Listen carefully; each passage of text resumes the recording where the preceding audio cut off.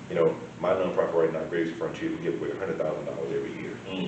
After a while, 6, 7 years ago, I started looking about, so you had to go to school in Harris County. I started looking at all the students that were applying. I was like, where's my Yates? Where's my Madison? Where's my Worthington? Where's my Jones? The historical black students that I know. I didn't see those students. So I started going to the schools, speaking to the high school seniors, telling them about the scholarship, because it's live. It's online for 90 days, January through March. And those students that want to apply, we started to empower them with resources where we would go into the school as a nonprofit and finding days to work with them on completing the application, giving them templates for their essay, and then making sure they met the deadline. I just ain't hear the scholarship, but I walk away.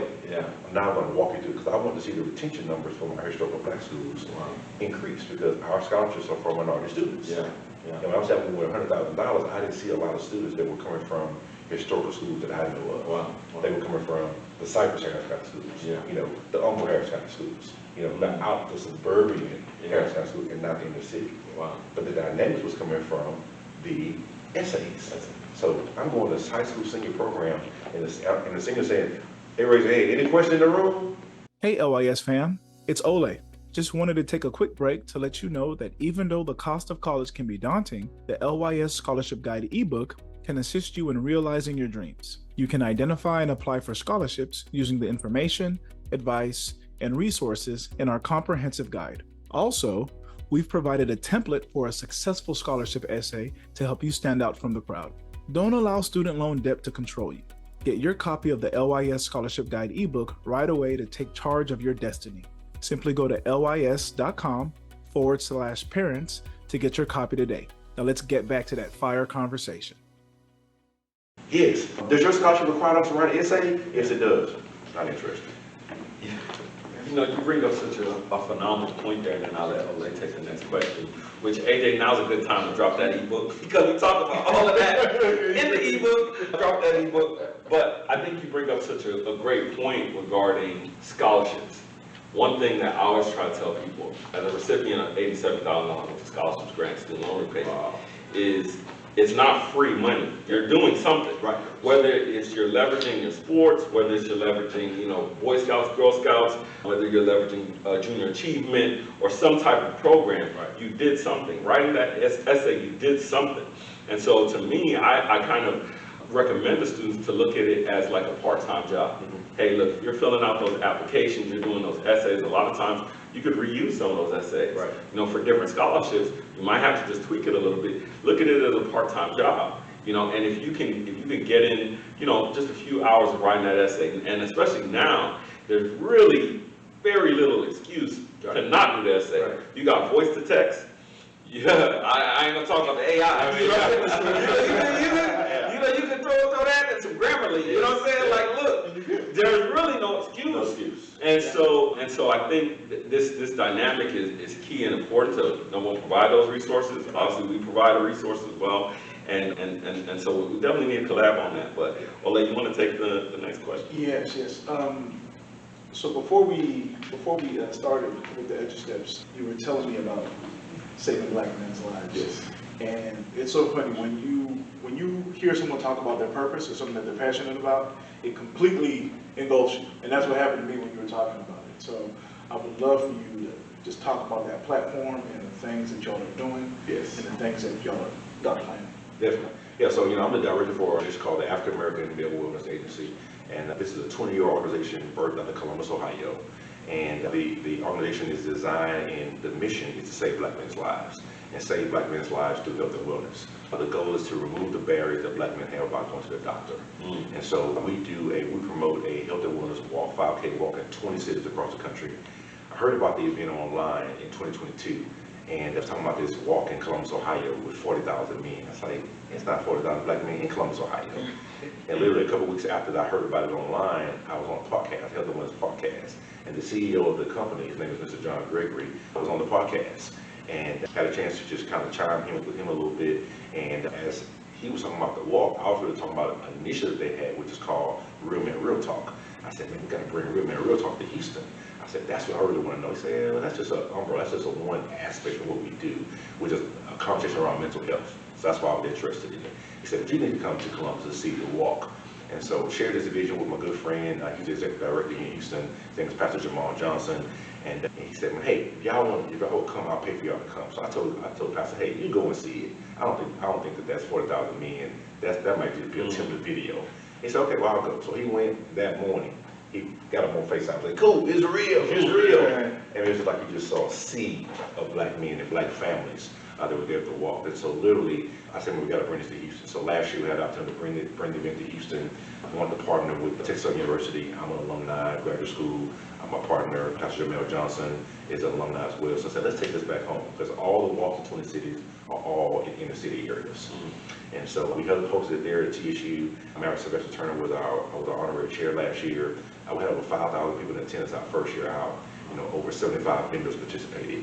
And so basically on that morning, we have every screening known to mankind there at the walk that's free. Anything from HIV testing to BMI to hypertension, everything is free. And so this year, we're going to pivot, and April 27th, we're going to be over at the University of Houston, right across the street, 7th 3rd Ward. A gentleman named Rushion McDonald is our honorary chair, along with Al Shore, the R&B singer. Rushion McDonald is a graduate of UH as an alum. He's also the manager. He's been the manager for like the last 25 years for Steve Harvey. So everything you see Steve Harvey doing right now, from podcast to radio, Rushion McDonald has created that platform. So our expected number this year is over 10,000. And next week, 27, will be 30 days out. So we are definitely excited about it. Again, I can't express the opportunity of being, first of all, it's being free. So we want to remove the barrier from any family with any expense. Everything is free. We'll have over 100 vendors there. However, the vendors can't sell. We don't want the mindset of a man or a family having the mindset, I got to bring in money. Yeah. So a lot of those vendors are going to be just really sharing with them what they have to offer as a service. Yeah. We'll have a screening there. Then we'll actually do the 5K walk. So we'll start off with the screening from 7 a.m. to 9 a.m. About 9:30 we'll pivot, and then we'll do the 5K walk throughout the campus. Then we'll still be able to enjoy the festivities. So we'll have screening there for men, women, kids, and seniors. We want to thank so many of our community partners. Johnson & Johnson is one of our national partners, our title sponsor for this year. We know we partner with the city, the health department, Harris County Commissioner Garcia is donating several buses that we're going to be actually going around to several of the senior living facilities throughout the city and busing out seniors into the event.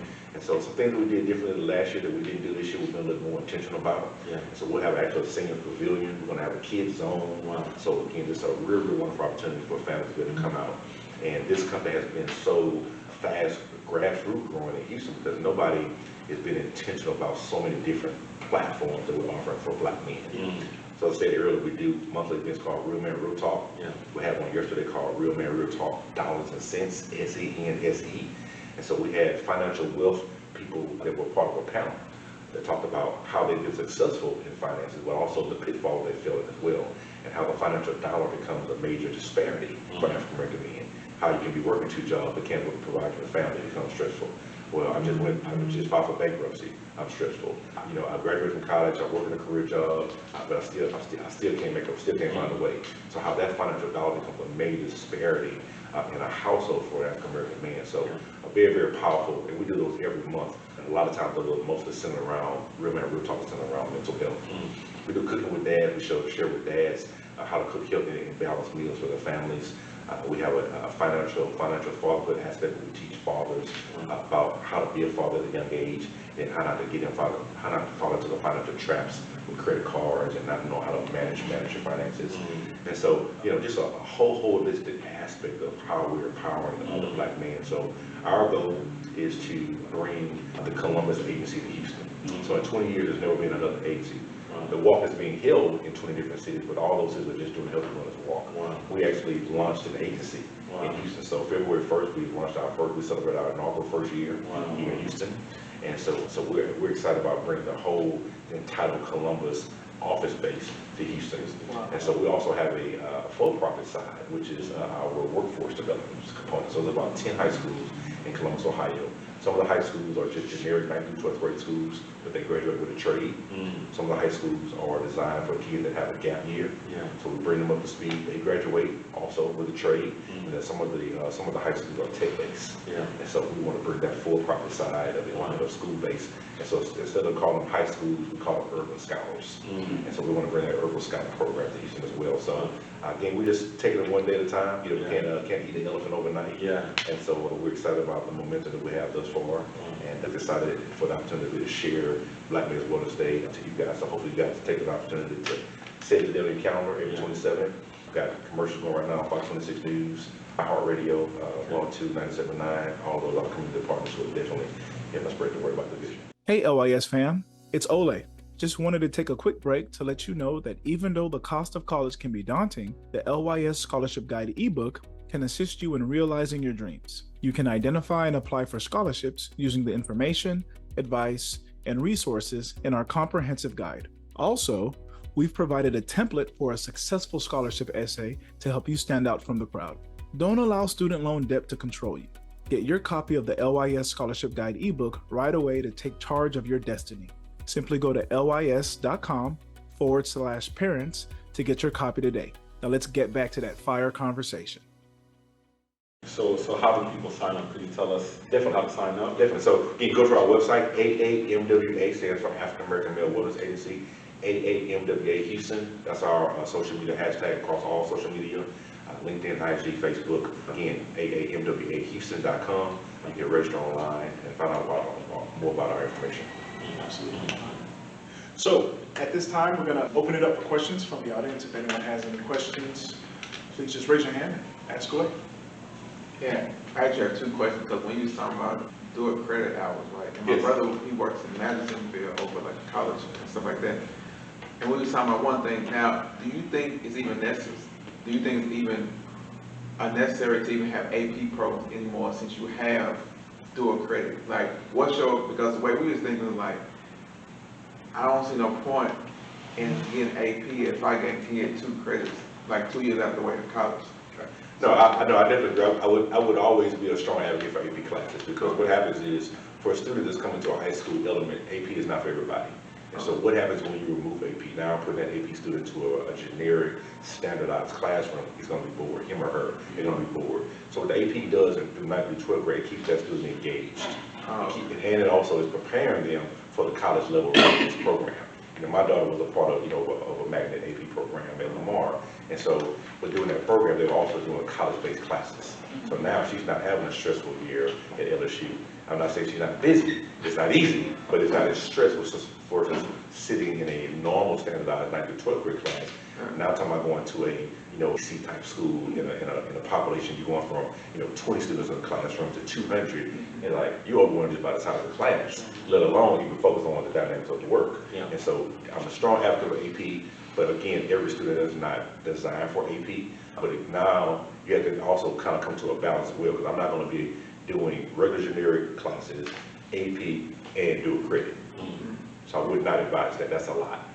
So it has to come a point where I might start off AP 9th to 12th grade, but then when I get my junior and senior year, I'm going to drop away from the AP program, and now I'm going to focus on my dual credit. So now we have a balance. Because remember, dual credit is not available in 9th grade. It's not available in 10th grade. It starts only in your junior year. So we might start off 9th to 12th grade as an AP student, but then what the goal is going to be when I get to 11th grade, I want to drop AP classes and not focus on dual credit. And then the second part to that question. Yeah, I also have another question. You was talking about your event that's coming up on the 27, yes, sir. 27th, thank you. And you talked about the health people coming. What other type of vendors are coming to the event that can't, like would it be like people with like certain type of businesses, like music or what, like stuff like that, or what? Yes, definitely. So the health and wellness side, we have a screening division there. So we've got about 45 to 50 companies that are coming just to provide those screening. Outside of the health screening, we got about 100 vendors. Those are just, anybody here in the city that owns a business, that wants to be a vendor, they will be there as a vendor. We're just not allowing you to actually do any sale transaction. And then we will also have a whole entertainment component as well. We have a lot of in-kind artists that are coming out to perform throughout the entire event as well. Again, 102 is one of our major title sponsors. So, they just recently brought back the old school host, Matt Hatter. And so Matt Hatter, that's going to be his first community event. And that's also Magic 102's largest community event, which is called Praise in the Park, which is that afternoon. So starting Monday, you're going to start hearing a lot of Black men's wellness, that commercial / Praise in the Park. So we're going to literally pivot, because we finish at 12 noon. And then we'll pivot that afternoon over to Praise in the Park, which will be Discovery Green. So you're telling me to bring my tent? Bring your tent. Yeah. Bring your tent. Bring your tent. Yeah, because Black Men's Wellness Day starts early. We'll be there on University of Houston as early as 4:30 in the morning. getting ready, doing our final logistics, making sure that we're ready for the 7 a.m. open start. Because again, you're talking about two and a half hours to really screen. Last year we screened 800 men for the first time ever in their life. Wow. So envision that, a man, boy, 18 and older coming to an event saying, today was the first time I've ever been screened in my life. Wow. We have 800 men that were able to testify to that. Our goal this year is to go to 1,000. So that means that I have to have enough companies out there ready to engage 1,000 men. Wow. So when you get to the registration, we have a whole separate line just for men. Yeah. Because you guys are doing a whole separate registration versus a woman or a senior that's coming out, they walk over to the pavilion to get screened. For those men, we have a fast track program, literally from registration, going down to the screening component. And then once you get screened, we're going to take your form, and now you're going to go sit over here one-on-one, do a consultation with a black doctor. Wow. So now if you know that you have hypertension, we don't want to say, you walk over and say, hey, I got high blood pressure, what do I do now? Well, now you're going to a one-on-one consultation with a doctor, and now they're going to help you walk through, and we're also going to give you local resources that's going to help you available as well.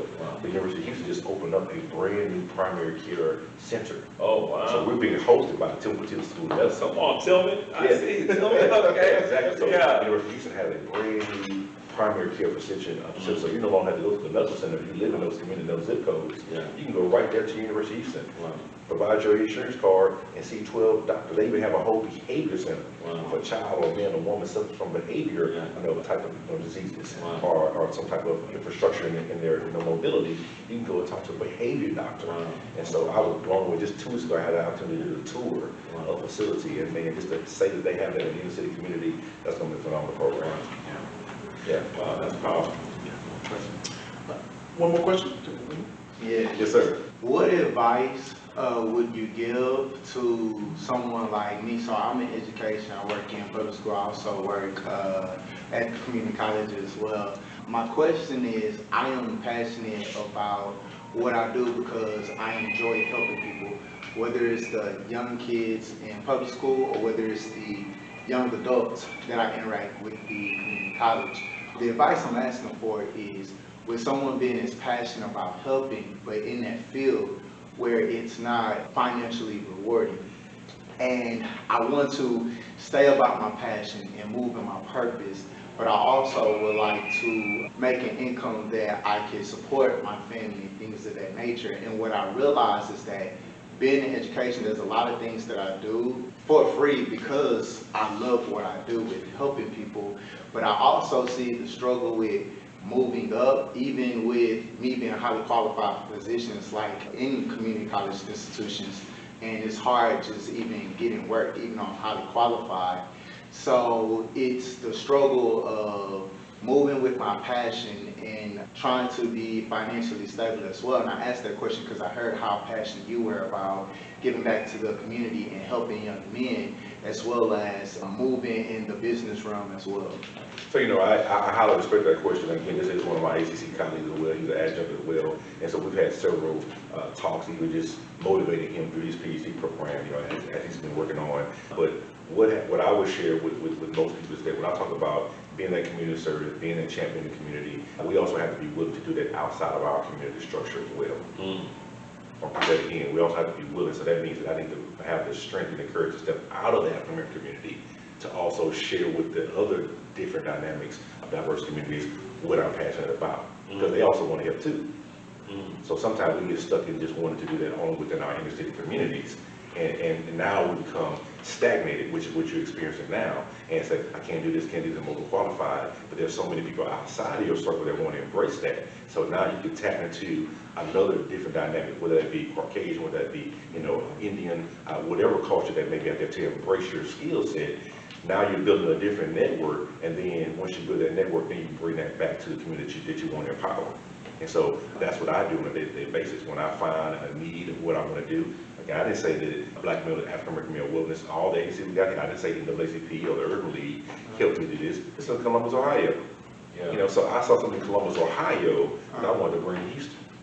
Okay, it just happened to be a Black and brown company, but the platform and the resources available, their title sponsor, their title sponsor is Ohio State University. So all the research projects that are done to empower the company, what we get our statistical numbers from, is through Ohio State University. And so you can do the same thing. So as you build upon those extracurricular tool that you're gaining as a structure to stabilize you as a vessel.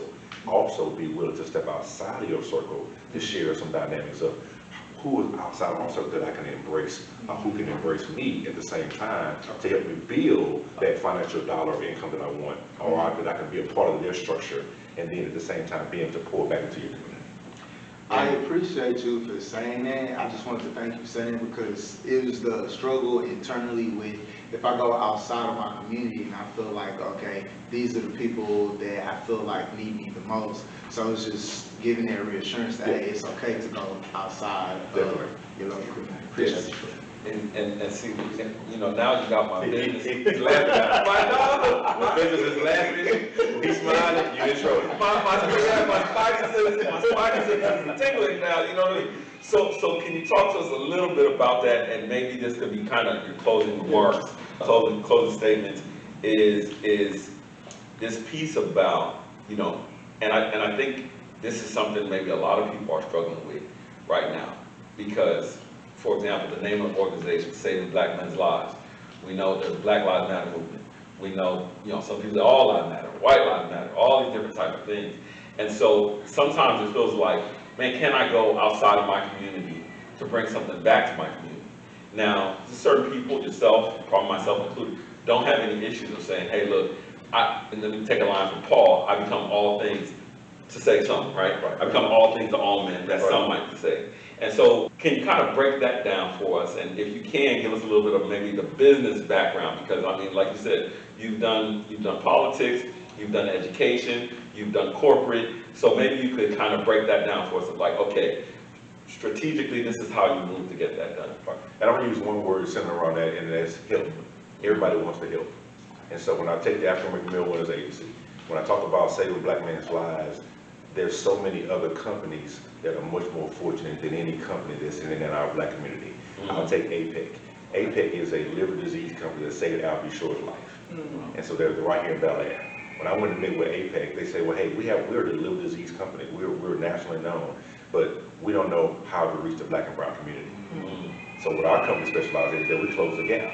Okay. So what I want to take a little start, I want to take a little first, what do you mean by that? I said, we want to help. I said, so well, how do you want to help? Just said, well, pull out your phone and pull up this app. So this app was like 5 questions, and it would look like a gas needle. But depending on how you answer the 5th question, you would either be in the green or the red. So if I answer the 5th question, I land over in the red. That red means that my body had a chance of having 50 percentile of liver, fatty disease, liver, 50% in my liver. So I said, okay, well, I'm in the red. What's next? Well, now you come to APEC free of charge, no insurance, no appointment, just walk in Monday through Friday, and now take a real life liver scan testing with the machine on your body. I said, well, who knows about that? Well, we don't know how to communicate that to the Kansas City community. So here I am with a vessel of a company that's took an opportunity to reach outside of my community, my base, found somebody that wants to now partner with me because they want to close the gap, and now I want to bring those resources now back to the community.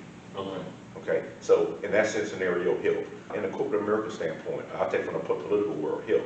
Okay, I wanted to help people in my campaign. My job was I wanted to share with Houston that I wanted to be your community champion and serve you as your community servant.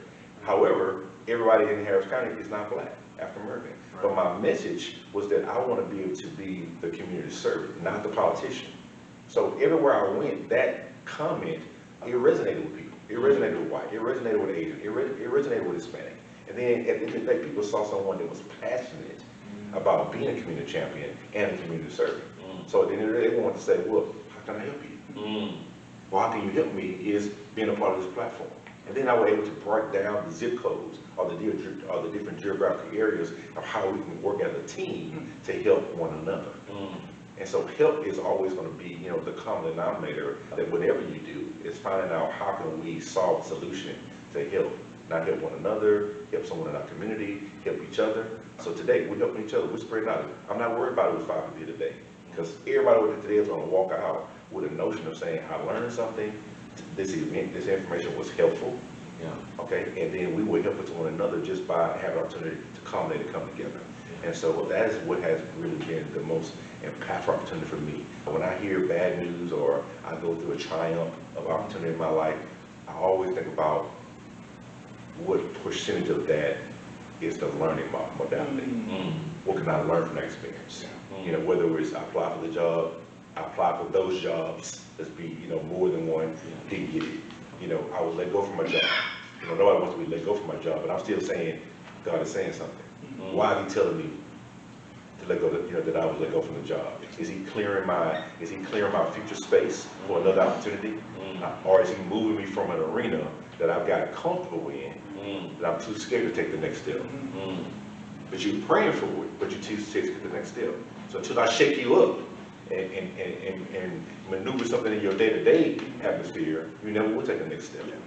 And so that's the encouraging vessel that we have to be as an individual, whether it's been an entrepreneur, whether it's been in politics, whether it's been in education. It's about finding your journey. Don't worry about what the world is doing. What do you want to do? What legacy do you want to leave? And so when I'm dead and gone, when I've left this earth, I know that people can say one thing about Cooper: he was community service. He was all about giving back. He was all about paying it forward. He was all about touching someone's life. He wasn't selfish about it being about him. But the question I leave today is, what is your story? And if you don't have a story, and you don't know what that story is, take a moment to find out what that is, because you all have been through something right now. You don't have to get to the top of the chain to create a story. You have a story right now. You've overcome something now that nobody's overcome. Whether that's, you know, being an alcoholic, whether that's being on drugs, whether that's, you know, whatever it is, you accomplished something, you overcame something right now. But do you have the courage to remove the mask that we wear every day as blacks, as African American men and women? Do you have the courage to remove the mask and tell somebody about that story?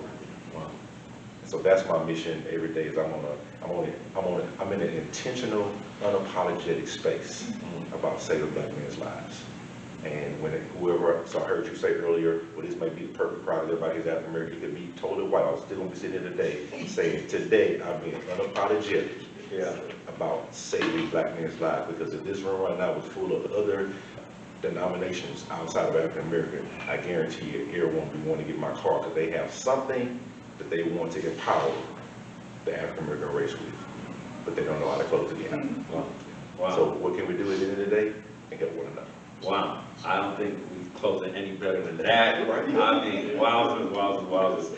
Again, thank you for being willing to come on, that you share your personal story, not only share your personal story, but also to just not only share your personal story, but also to share what the work you're doing and how you're impacting lives in the community. So we thank you for that. So listen, we always close it out like this. There are legitimate excuses for not going to college.